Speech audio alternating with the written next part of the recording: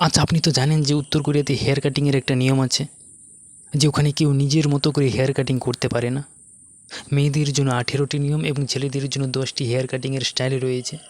সরকার বলে যে এদের মধ্যে আপনি যা কিছু করতে পারেন।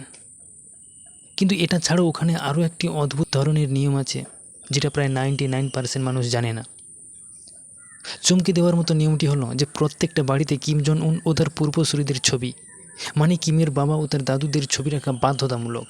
আর এই ছবিগুলো প্রত্যেকটা দিন পরিষ্কার পরিচ্ছন্নভাবে রাখতে হবে।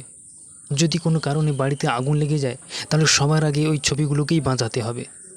নিজের জিনিসপত্র নয়, নিজের ছোট বাচ্চাটাকেও নয়, সবার প্রথম ওই ছবিগুলোকে সুরক্ষিত রাখতে হবে।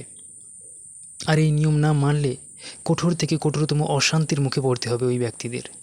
একবার চোখ বন্ধ করে ভেবে দেখুন যে এই নিয়মগুলোই বলে দেয় যে ওখানকার জীবনযাত্রা কতটা কষ্টকর,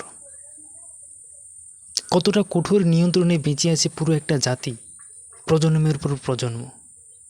পৃথিবীতে আরও কত সত্যি এভাবে লুকিয়ে আছে কে জানে। জানতে চাইলে চ্যানেলটিকে সাবস্ক্রাইব করে সাথে থাকুন।